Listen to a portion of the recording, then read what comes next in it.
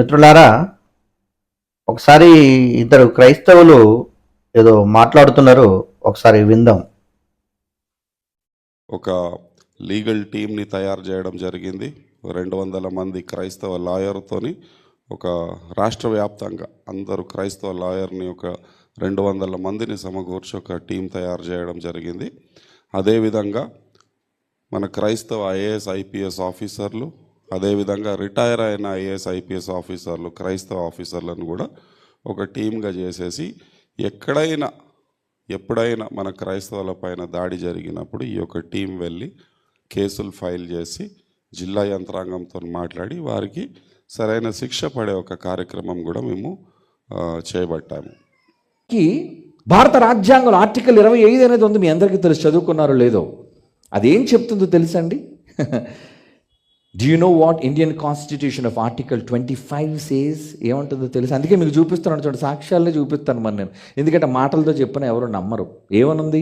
Article 25 reads, subject to the public order, morality and health to the other provisions of this part, all persons are equally, సమానంగా, entitled to freedom of conscience and the right freely, ఈ మూడు జాగ్రత్తగా వినండి, profess, practice and propagate the religion. అంటే profess అంటే ఏమండి? చెప్పు. ఇంకా ప్రాక్టీస్, అవలంబించు. 3 ప్రాపగేట్, ప్రచారం చెయ్యు. అవునా? అంటే రాజ్యాంగంలో ఏముంది చెప్పండి ఈ మాట? ప్రాపగేట్ అనే పదం కనబడుతుంది చూడండి. ప్రాపగేషన్ అంటే ఏంటి? తెలుగులో అర్థం ప్రచారం చేసుకోవచ్చు. మరి బైబిల్ని ప్రచారం చేస్తే ఎందుకు ఈరోజు మత ప్రచారం అని పేరు పెట్టి అడ్డుతున్నారు? This is not infringing of human rights and constitutional rights. అంటే ఈరోజు రాజ్యాంగపరమైన ధర్మాలను కాలరాస్తున్నారు ఈ దేశంలో. అందరూ కాదు, కొందరు, వాళ్ళే మతోన్మాదులు. కనుక అలాంటి వాళ్ళకి బుద్ధి చెప్పాలంటే నేను నా క్రైస్తవ సోదరులకు కానీ ఇతర సోదరులు ఎవరైనా కానీ అభ్యంతరపరిచే వాళ్ళ విషయంలో నేను చెప్పేది ఏంటంటే, with one hand you carry Bible and the other hand you carry the Constitution of India. అంటే ఒక చేత్తో బైబిల్ని పట్టుకో, మరొక చేత్తో భారత రాజ్యాంగాన్ని పట్టుకొని సువార్తకి వెళ్ళండి.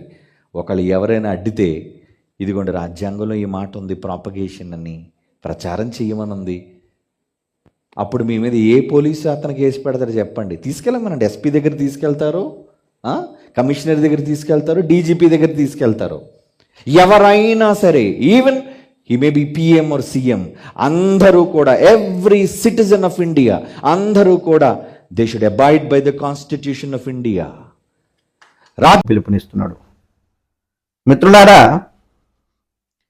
మరి మనం ఈ ఆర్టికల్ రాజ్యాంగం అనేసరికి మరి మనం ఏదో భయపడతామని చెప్పేసని 200 మంది లాయర్లు అని చెప్పేసరికి, లీగల్ టీం అనేసరికి ఆ పెద్ద పెద్ద పదాలకు మనం భయపడతామని వాళ్ళు ఏదో మరి అనుకుంటున్నారు.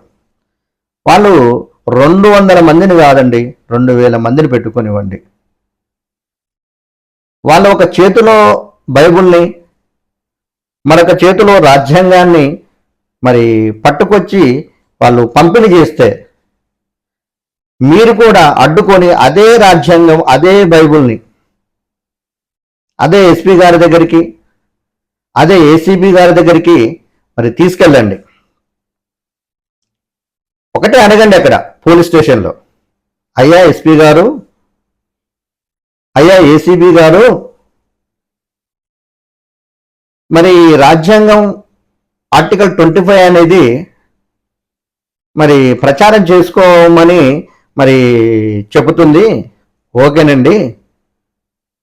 మరి ఆర్టికల్ 25 హిందువుల మనోభావాలు దెబ్బతీయమని చెబుతుందా అని ఏసీబీ గారిని అడగండి, లేదా ఎస్పీ గారిని అడగండి. ఆర్టికల్ 25 హిందువుల మనోభావాలు దెబ్బతీయమని చెబుతుందా? ఆర్టికల్ 25 క్రైస్తవులని, అయ్యప్ప స్వాములను తిట్టమని చెబుతుందా? ఆర్టికల్ 25 భవానీ మాలని అవమానించమని చెబుతుందా? ఆర్టికల్ 25 హిందువుల వేషధారణని హేళన చేయమని చెప్తుందా అని చెప్పి అడగండి. అక్కడ అన్ని వీడియోలు మన దగ్గర ఉన్నాయి, వాళ్ళు మాట్లాడినట్టుగా. క్రైస్తవులు మాట్లాడిన వీడియోలన్నీ మన దగ్గర ఉన్నాయి. అయ్యప్ప స్వామిని తిడతారు, భవానీ మాలని అవమానిస్తారు, హిందువుల వేషధారని అవమానిస్తారు. మరి ఇలా చేయమని ఆర్టికల్ 25 చెప్తుందా సార్ ఎస్పీ గారు అని మరి అదే పోలీస్ స్టేషన్లో మరి అడగండి, రాజ్యాంగం సాక్షిగా. ఖచ్చితంగా మరి ఇతర మనోభావాలు దెబ్బతీయమని చెప్పేసని, ఇతర మనోభావాలు దెబ్బతీస్తూ వాళ్ళ మత ప్రచారం చేయమని చెప్పేసని రాజ్యాంగం చెప్పదు. ఇతర మనోభావాలను గౌరవిస్తూ నీ ధర్మాన్ని ప్రచారం చేసుకోమని చెప్తుంది. కానీ క్రైస్తవులు అలా చేస్తున్నారా? హిందువుల వేషధారణని అవమానపరుస్తుండ్రు, హిందువులు నమ్ముకున్న ఆ దేవి దేవతలను మరి అవమానపరుస్తున్నారు, అయ్యప్ప స్వామిని అవమానపరుస్తూ అయ్యప్ప మాలాధారణను కూడా అవమానపరుస్తున్నారు, భవాని మాలని అవమానపరుస్తున్నారు. అలా చేయమని ఆర్టికల్ 25 చెప్తుందా అండి? అడగండి అదే పోలీసు వారిని. వారి సాక్షిగా మరి కేసులు పెడతారా, లేదంటే బైబిల్ని వారి ముందే కాల్చాలా? మమ్మల్ని అవమానిస్తూ, మా వేషధారని హిందువులను అవమానిస్తూ, హిందువులు దేవి దేవతలని తిడుతూ ఈ మత ప్రచారం చేయమని ఆర్టికల్ 25 చెప్పట్లే కదా. దాన్ని పట్టుకొని వచ్చి అదేందో అడ్డు పెట్టుకొని మేము మత ప్రచారం చేస్తాం, దీన్ని ఎలా అడ్డుకుంటారని అడిగితే ఏ హిందువు కూడా మరి చేతులు కట్టుకొని నిలబడడు. మీరు 200 మంది లాయర్ని పెట్టుకోండి, 2000 మంది లాయర్ని పెట్టుకోండి, నో ప్రాబ్లం. బరాబరుగా ప్రతి హిందువు మీరు చేస్తున్న అరాచకాలని ప్రశ్నిస్తూ మీ మతోన్మాదాన్ని మరి ఖచ్చితంగా అడ్డుకుంటూ దీన్ని మరి మీరు చేస్తున్న ఈ మత ప్రచారాన్ని ఖచ్చితంగా అడ్డుకుంటాం. అసలు క్రైస్తవులు కాదండి, క్రైస్తవులు స్వీకరించిన బైబిలు, క్రైస్తవులు మరి నమ్ముతున్న బైబిలు మరి హిందువులని ఏమన్నా గౌరవిస్తుందా? ఆర్టికల్ 25ని ఏమన్నా గౌరవిస్తుందా? అదే నిర్గమకాండంలో, అదే ద్వితీయోపదేశ కాండంలో హిందువులు నమ్ముకున్న దేవీ దేవతలని మరి మీరు కూల్చేయండి, ఆ విగ్రహాలను పడగొట్టండి అని చెప్పేసి అని పిలుపునిస్తుంది క్రైస్తవులకు ఆ యెహోవా. ఆర్టికల్ 25ని గౌరవిస్తలేరు కదా బైబిలు. అలాంటి బైబిల్ భారతదేశంలో ఎలా ఉంటుందండి? బ్యాన్ చేయాలి కదా. ఆర్టికల్ 25 ప్రకారంగా ఇతర మనోభావాలు దెబ్బతీయకుండా మిమ్మల్ని మీరు నమ్ముకున్న ధర్మాన్ని ప్రకటించవచ్చు, ఓకే. కానీ మీ బైబిల్ అనేది హిందువులు ఆరాధిస్తున్న విగ్రహాలని, హిందువులు విశ్వసించే బలిపీఠాలని నాశనం చేయమని పిలుపునిస్తుంది కదా మీ బైబిల్. క్రైస్తవులుగా మీరు దాన్ని అమలుపరుస్తున్నారు కదా. దేవుళ్ళు మీరు నమ్ముకున్న, హిందువులు నమ్ముకున్న దేవుళ్ళు సాతాన్లని, హిందువులు నమ్ముకున్న దేవీ దేవతలు మరి ఆ యొక్క రకమైన భూతాలుగా మీరు చూపెడుతూ సమాజానికి వారి మనోభావాలు దెబ్బతీస్తూ చేసుకోమని ఆర్టికల్ 25 చెప్పట్లేదు కదండి. మీ లీగల్ టీం ఉంటే మాత్రం మాకు లేదా లీగల్ టీం? మాకు లేరండి హిందువులలో లాయర్ లేరా?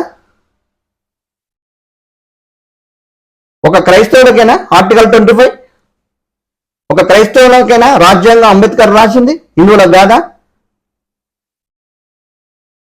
అలాంటి బైబిల్ పట్టుకొచ్చి నిర్గమకాండం కానివ్వండి, లేవికాండం కానివ్వండి, రాజుల గ్రంథం కానివ్వండి, ప్రతి ఒక్క గ్రంథాన్ని చూసుకుంటే మీ బైబిల్లో మీరు నమ్ముకున్న దేవుడు ఏమని పిలుపునిస్తుండే? అందులో వారు నమ్ముకున్న దేవీ దేవతలను పడగొట్టండి అంటున్నాడు, వారు నమ్ముకున్న బలిపీఠాలని నాశనం చేయమని పిలుపునిస్తున్నాడు, వారి పేర్లు అక్కడ లేకుండా చేయమని పిలుపునిస్తున్నాడు. ఆర్టికల్ 25 చెప్తుందా ఇండియన్ పీనల్ కోడ్? అడగండి ఎస్పీ గారిని, అడగండి అక్కడ, అడగండి ఏసీబీ గారిని, అడగండి అక్కడ. అడ్డుకోండి మత ప్రచారం, ఎవ్వరు కూడా భయపడకండి. వాళ్ళు ఏదో లీగల్ టీము 200 మంది మేము తయారు చేసుకున్నాం, ప్రతి జిల్లాలో వాళ్ళు ఉన్నారు, ప్రతి చోట వాళ్ళు ఉన్నారు, ఉన్నది మనకు లేరా? ఇందులో మనకు లేరా లాయర్లు? ఇందులో మనకు లేరా లీగల్ టీం? పోరాటం చేద్దాం అదే రాజ్యాంగం ప్రకారం. రోడ్ల మీద మన దగ్గరకు వస్తే కాలబెట్టడం, వాళ్ళే పోలీస్ స్టేషన్ తీసుకెళ్తాను అంటున్నారు కదా, అక్కడ అడగండి పోలీస్ స్టేషన్లోనే, అదే పోలీసు వారి ముందు వీడియోలు ఉన్నాయి కదా, చూడండి ఒకసారి. అయ్యప్ప స్వామిని ఏ విధంగా అవమానపరుస్తున్నారు క్రైస్తవులు చెప్తుందా ఆర్టికల్ 25 ఈ విధంగా అవమానించమని? ఒకసారి వినండి, ఆ వీడియో కూడా వినండి మీరు.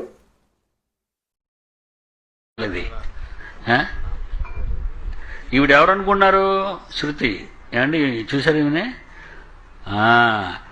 కిందటి సంవత్సరం వీళ్ళ నాన్న మాలేసి శబరిమల వెళ్ళిపోతున్నాడు. లాస్ట్ ఇయర్ ఆయన ఎంత వండరు. లాస్ట్ ఇయర్ ఈ టైంలో మన ఈ పాప తండ్రి గారు ఎదురుగుండా కూర్చుని నవ్వుతున్నాడు. ఈయన మాలేసాడు టోటల్ బ్లాక్, నల్ల డ్రెస్ వేసుకొని, కొడుకుని ఎండబెట్టుకొని, ఉడుముడు బుర్ర మీద ఎట్టుకొని, తట్టలాడు పెట్టుకుంటారు బుర్ర మీద, చూసారు వీళ్ళని మొత్తం కంపార్ట్మెంట్లన్నీ అంటించేస్తుంటారు. సుప్రీంకోర్టు తీర్పు ఇచ్చింది. ఏమని ఇచ్చిందో తెలుసా? తీర్పు ఇచ్చే 15-20 సంవత్సరాలు అయింది. ఏమని తీర్పించిందంటే దేవస్థానం బూటకం నాటకం ఇదని చెప్పారు. ఎందుకంటే ఆ కొండల్లో కర్పూర బస్తాలు వంపేసి నిప్పంటిస్తారు. ఆమె బాబు జ్యోతి కనిపించింది బాబో, ఊరిని జ్యోతి తగలెట్ట. అది కర్పూర బస్తాలు వేసి కొండల చేత అంటించారు దేవస్థానం వాళ్ళు. పెద్ద నాటకం అదంతా. ఇప్పుడు చూడండి అందరూ వాళ్ళందరూ, మన దేవుడికి ఒక యూనిఫారం, ఒక దేవుడికి పాపేసుకున్న రెడ్ యూనిఫారం. ఎక్కడ? బెజవాడ కనకదుర్గ భవానీ యూనిఫారం ఏంటిది? కాషాయం. విశాఖపట్నం కనక మహాలక్ష్మి ఈ యూనిఫారం ఏంటి సార్? గ్రీన్. ఏమండి? గ్రీన్ అంటే విన్నారు కదా. ఇలా అయ్యప్ప స్వామి మాలని ధరించిన వారిని, విజయవాడ కనకదుర్గ అమ్మవారి మాలని ఇలా అవమానిస్తూ, హిందువుల మనోభావాలు దెబ్బతీస్తూ మీ క్రైస్తవ మత ప్రచారం చేయమంటుందా రాజ్యాంగం? ఆర్టికల్ 25 చెప్తుందా ఆ విధంగా? అడగండి, అదే ఏసీపీ గారిని అడగండి, అదే ఎస్పీ గారిని అడగండి. హిందువులారా మీరు ఎవరికి భయపడకండి. 200 మంది లాయర్ని పెట్టుకోండి. 200 మందిని కాదు, 2000 మందిని పెట్టుకోండి. మేము అదే రాజ్యాంగం ప్రకారం పోరాటం చేస్తాం. మీరు పట్టుకొచ్చిన ఒక చేతిలో రాజ్యాంగం, మరో చేతిలో బైబిల్ పట్టుకొచ్చి బైబిల్ ప్రశ్న అంటున్నారు కదా, అదే రాజ్యాంగం ప్రకారంగా మేము ప్రశ్నిస్తాం మిమ్మల్ని. ఆర్టికల్ 25 చెప్తుందా చెప్పండి? ఇతర వారి విశ్వాసాన్ని దెబ్బతీసేలా మత ప్రచారం చేయమని చెప్పట్లేదు కదా రాజ్యాంగం. మీ క్రైస్తవులు అలాగనే చేస్తున్నారు. మీరు క్రైస్తవులు నమ్ముకున్న బైబిల్ కూడా అదే చెప్తుంది కదా. రాజ్యాంగం ఎలా సపోర్ట్ చేస్తారు చెప్పండి? ఎవ్వరు భయపడకండి హిందూ సోదరులారా. ఎవ్వరు ఎన్ని కేసులు పెట్టినా కూడా మీకు రైట్స్ ఉన్నాయి. కేసులు పెట్టండి, మీరు పెట్టండి.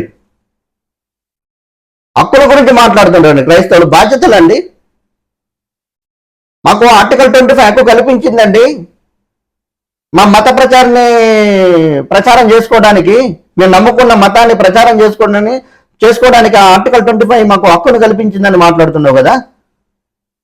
మరి బాధ్యతలండి. ఎదుటివారి మనోభావాలు దెబ్బతీయొద్దని, ఎదుటివారి విశ్వాసాన్ని దెబ్బతీయొద్దని, ఇతరువారు నమ్ముకున్న ఆ దేవి దేవతలని మరి అవమానపరచకూడదని చెప్పేసి నీకు రాజ్యాంగం చెప్పట్లేదా? ఆర్టికల్ 25 ఒకటే కనపడుతుందా నీకు?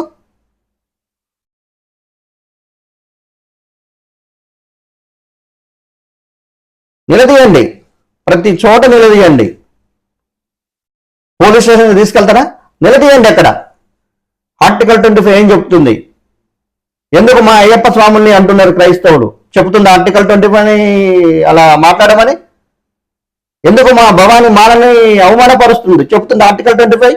నిలదీయండి, మీరు భయపడకండి. మనకున్నది లీగల్ టీమ్. మనకు లేరా లాయర్లు? మనకు లేవా కోర్టులు? లేవా జడ్జిలు? లేరా న్యాయం చెప్పరా? రాజ్యాంగం వారికే క్రైస్తవులకు రాసిండ్రండి, హిందువులకు కాదు రాజ్యాంగం. అంబేద్కర్ గారు మీకు ఒక్కడికే రాయలే కదా, మాకు రాసిండు కదా.